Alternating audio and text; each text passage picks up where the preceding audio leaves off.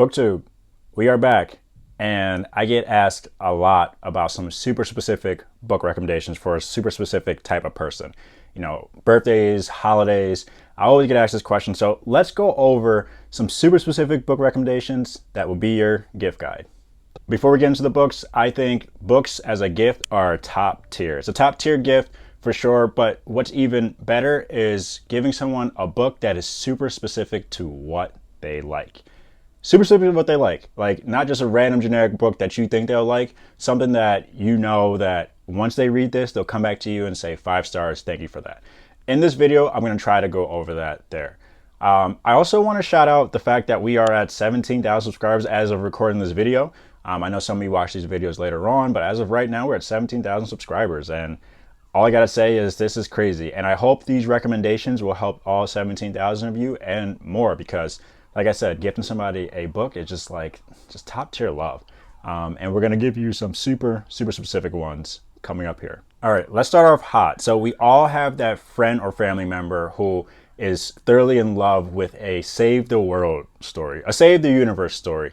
You know, there's a lot of different shows out there, a lot of different movies out there that embodies that. But one of the books that I love that is a save the world type story is Project Hail Mary. Project Hail Mary is a sci-fi that I thoroughly love, but it also embodies that save the world feeling, save the universe feeling. So in this one, you follow a teacher turned astronaut as they traverse around space because Earth is facing imminent destruction. Earth is facing imminent demise due to certain conditions in the universe. And this scientist has to travel throughout the universe to figure out just how to mitigate that. And along the way, as this person is trying to save the world, he meets a very unlikely friend.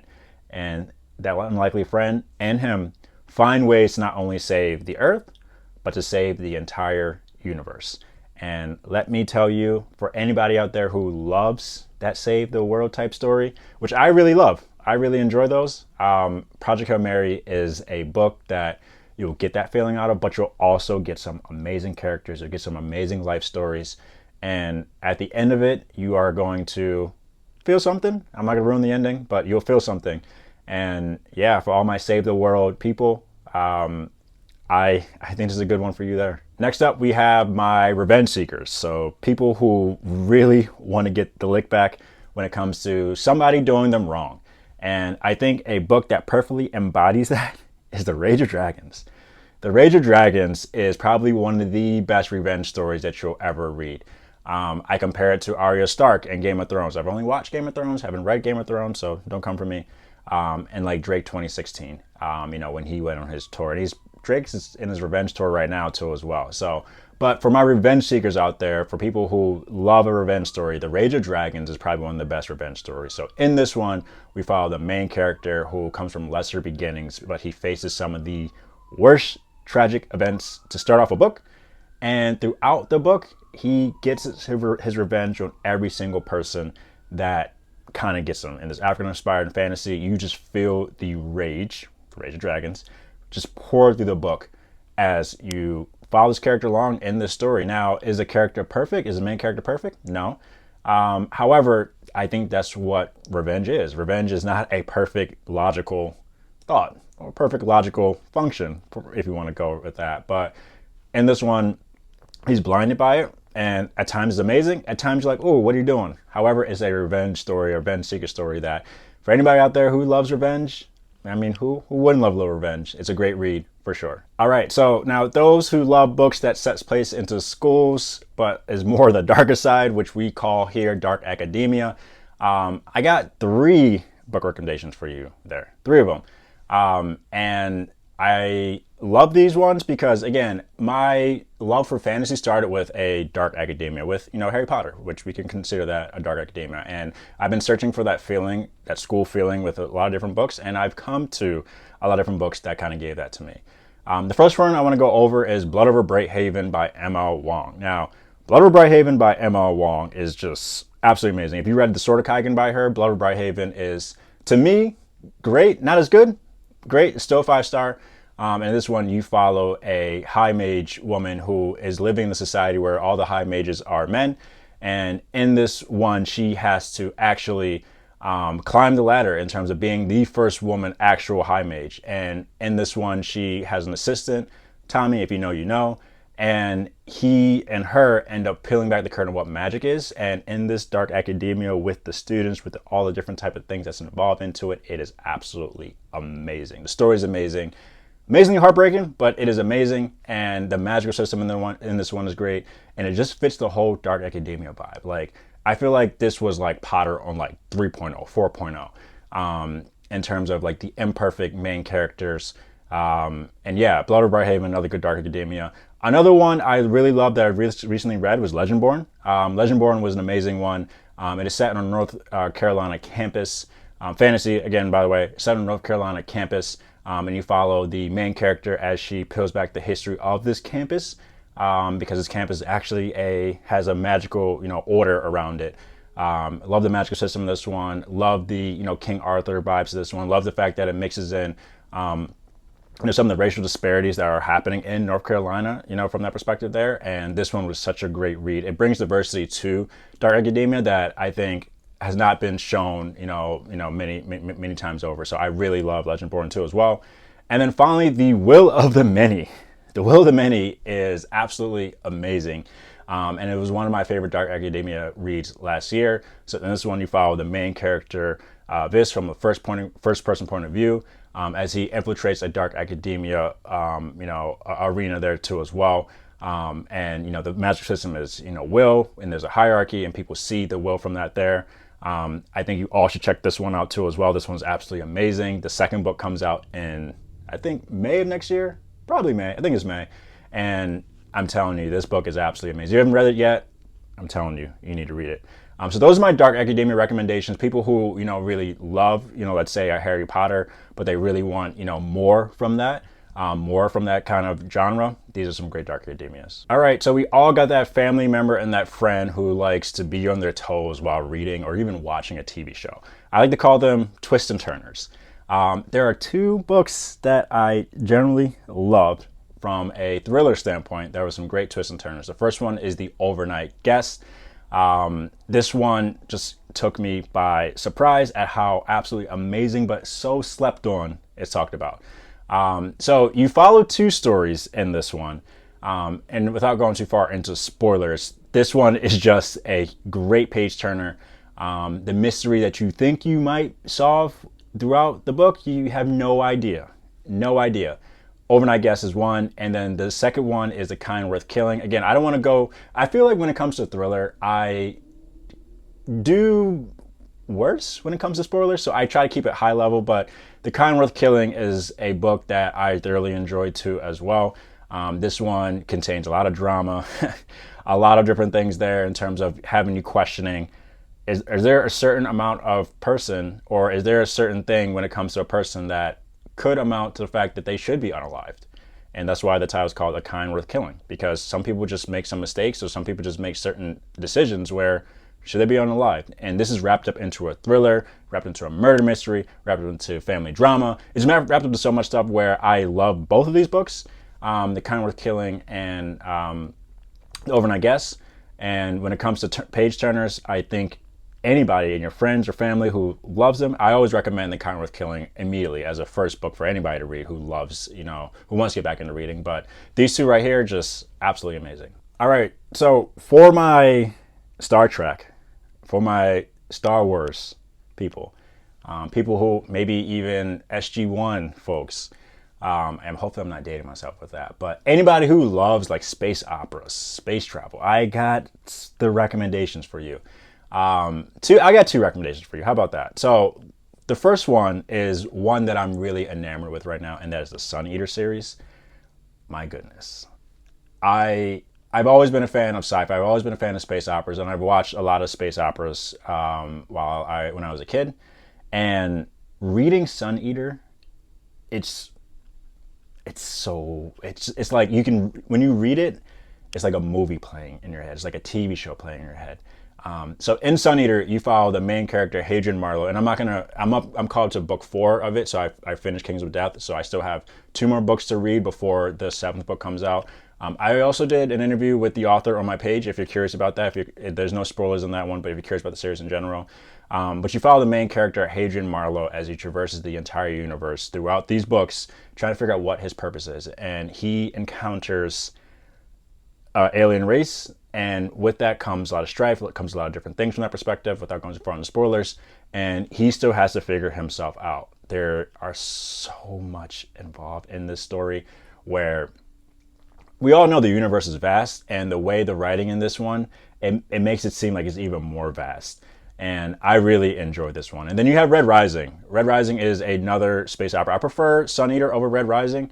Again, I need to finish both series to kind of give you a definite conclusion on that, that vote there. But, Red Rising in general is kind of a similar premise, but I think Red Rising is different for sure when it comes to the writing. But Red Rising is another good recommendation.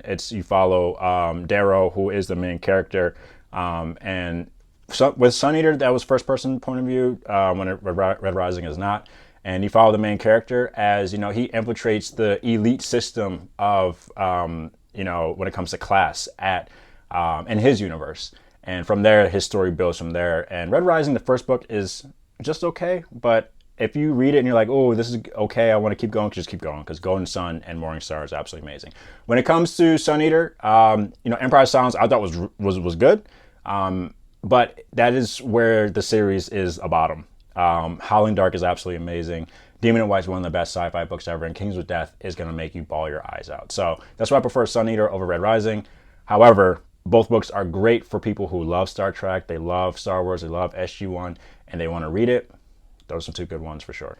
All right, I always like to throw you off for a loop, and I may not be well versed when it comes to romance. However, I have a Romantasy recommendation, and it's not Fourth Wing. It's not Fourth Wing. The Shepherd King duology.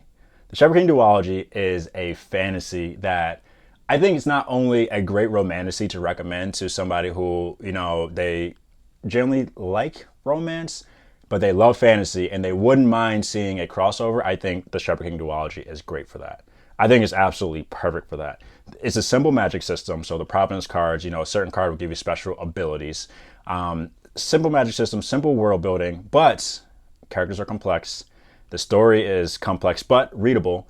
And Rachel Gillick, I don't know what she put in it, but while I was reading it, I didn't think it was romantasy. Like during some of the parts, you're like, oh snap, like this is a romance. Like this is something there, but like it's so covert where you're like, ooh, like I'm really vibing in this. And at the end of it, you're like, oh, that was definitely romantasy, but it was a fire romantasy because the fantasy it was like probably a 51-40.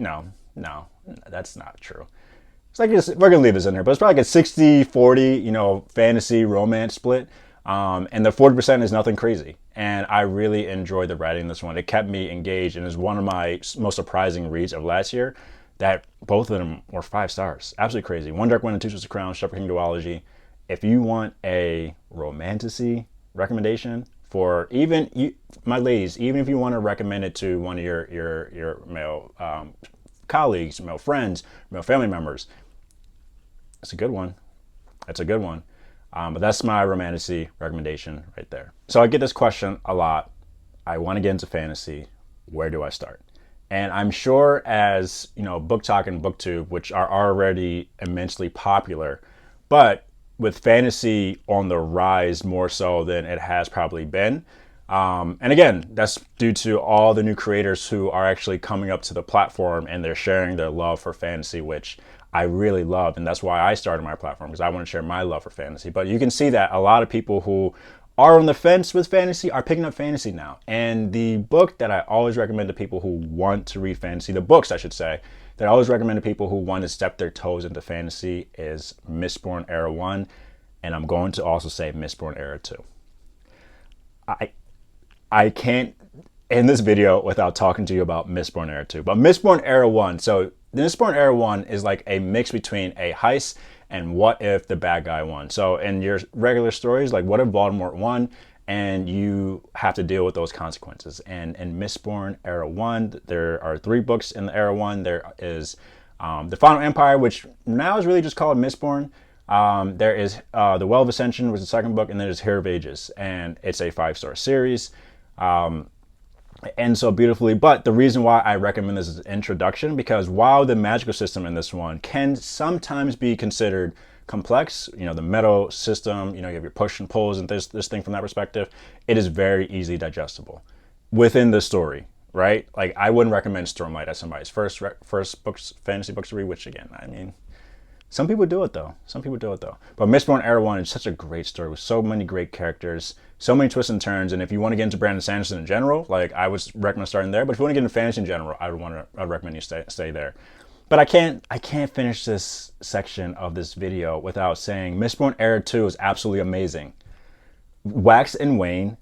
By the way, if you was okay with Mistborn Era 1 and you read Mistborn Era 1, you're like, oh, this is okay. Read Mistborn Era 2. Read The Sacred History After the Bands of Mourning. And let me tell you, Mistborn Era 2, I'm going to do a whole nother video about this, but Mistborn Era 2 is competing with Mistborn Era 1 when it comes to the Mistborn series. Mistborn Era 2 is more set in like 300 years after Mistborn Era 1. Think cowboys, think the Industrial Revolution, and think about the same magical system. Like I said, the metals, the push and pull, the certain things you can do from, burning the metals within inside you, but just add some technology around it. Add some cowboy hats around it. Add 2 of some of the best characters in the Cosmere to it. And again, if you love Mistborn Era 1, definitely read Mistborn Era 2. But even if you're like, ooh, Mistborn Era 1 was just okay, I bet you love Mistborn Era 2 so much better because it answers all the questions of Mistborn Era 1. I'll do another video about this. Let me stop rambling. But I'm telling you, Mistborn Era 1, Mistborn Era 2, great intro to fantasy books for sure. Okay, so next one are for fans of people who love shows like Black Mirror. If you're not familiar with Black Mirror, it's all about dystopian. It's all about, what could happen in the future. And I love Black Mirror and I love dystopian. I love the added effect of, what if this happened in our lifetime, or what if this happened in the future, and how would those results be? And there are 2 books. There are 2 books that, from a dystopian standpoint, even like while I'm reading it, I know they could be a Black Mirror episode. 2 books that come to mind. The first one is Chain Gang All-Stars. Chain Gang All-Stars, one of my favorite reads of last year. You follow a couple characters who, live in a world, and again, it's still our world, but I think it's 50 years down the road, which again, it's not far, and some of the stuff I'm going to say could be possibly believable. But in this story, or in this, setting, 50 years down the road, if you commit a crime, you go to jail. But if you commit a heinous crime, you still go to jail, but you can be involved into this program where you can fight for your freedom. And what I mean by fight for your freedom, I mean literally fight for your freedom. And you actually end up battling other inmates in like a gladiator style forum. And you end up doing that. And if you, win a couple times, which means you have to unalive the opponent, you can get released. You can, be a member of society, and you go from there. I think it's like 8, 9, 10. I don't remember how many wins you have to accomplish, but you have to do that from there. The craziest part about this, though, is that it is streamed live on TV. You can probably catch it on YouTube. You can catch clips on TikTok. It's just absolutely insane that they actually stream this on ESPN. They stream it on all the places, and you can actually log in and you can be fans of these people. They're fans of these people who've done the most heinous crimes. Like, there's people in this story who's killed people. They literally murdered people, and they end up battling for these, and they have fans. Absolutely dystopian. And the way it ends, and this is not a spoiler, but the way it ends, you're going to throw the book out the window. I'm just going to tell you that right now. One of my favorite reads, because I love books that do that to you, even though there's no part 2. And the characters are amazing too. Yeah, so that's one dystopian Black Mirror-esque book that I foresee that, if you give this to somebody who loves Black Mirror, they'll love this. And then the next one is a YA that I probably can continue to say shouldn't be YA, is Scythe. Scythe is one of the best dystopians that I've ever read. And don't let people tell you because it's a YA, it's not going to be good, blah, blah, blah, blah. Don't listen to those people. Those people don't know what they're talking about. Scythe is absolutely amazing. So in this one, again, few years down the road, hundreds of years down the road, I forgot how many years down the road. But in this one, the world has eradicated all diseases, all manners of natural death. So you could technically live forever. There's a cloud that has eradicate all that stuff. But if you technically live forever, I mean, that means, the population of the world is going to get overpopulated. And again, like, it's still the same space that's in the world. So what has been devised is that there's this scythedom. So in these scythes, their job is they have a quota every year to glean, which means unalive a certain amount of people in any way possible. When you think scythe, you think those, like, I mean, I guess it's called a scythe. But they do the craziest stuff to glean. We're going to use glean because it's a cleaner term, to glean people from the face of the earth. And it's absolutely insane.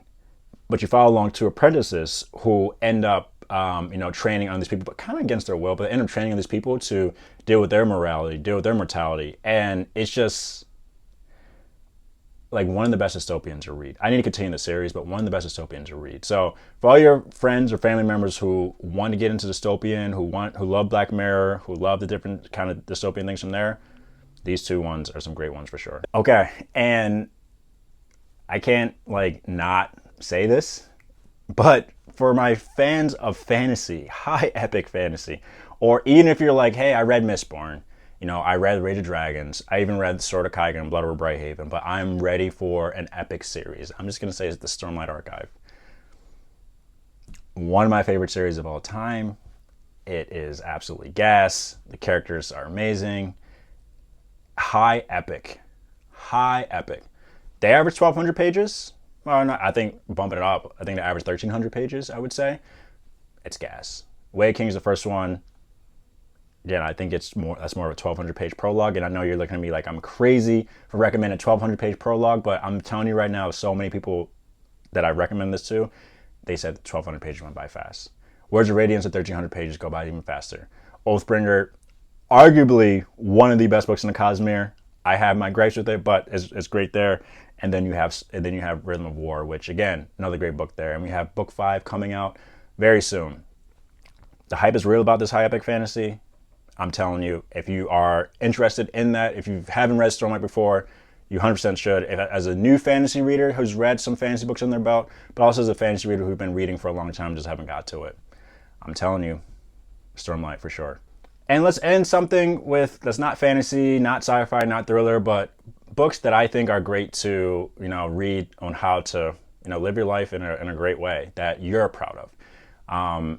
The first one is Tuesdays with Morrie. I'm sure this is not the first time I recommend this book. This book just really teaches you how you should live life, what really matters. And I think in most times, what really matters is what this book kind of embodies. I don't want to ruin the book, because I want you all to read this and get back to me. Like, if there's any book that I've listed here, and any book that I want you to recommend to anybody, the book that I always recommend to everybody, not if you're a fantasy lover, like anybody, is Tuesdays with Morrie. It really teaches you how to live life. It really teaches you what matters. Like that one there. And then another one is Green Lights by Matthew McConaughey. Like, this guy has been through a lot, first and foremost, but he also teaches you how to live. And it's not anything that's like crazy, but he also teaches you how to live. So those two books, if you have somebody, a friend or family member who, around holiday time, they're down or like they are unsure about certain things, those two books right there I guarantee you, will get them out of that little funk. So those are two ones right there for sure. So there you have it, my ultimate book gift guide when it comes to certain things there. I'm sure there's more that I can include from that perspective, so I'm sure this will probably be a part 2 video, but let me know, like, what are some super specific books that you recommend to people? I'm super curious, and maybe I'll take one of those there from there. As always, everyone, I really enjoy doing this. I really enjoy this community, and happy reading.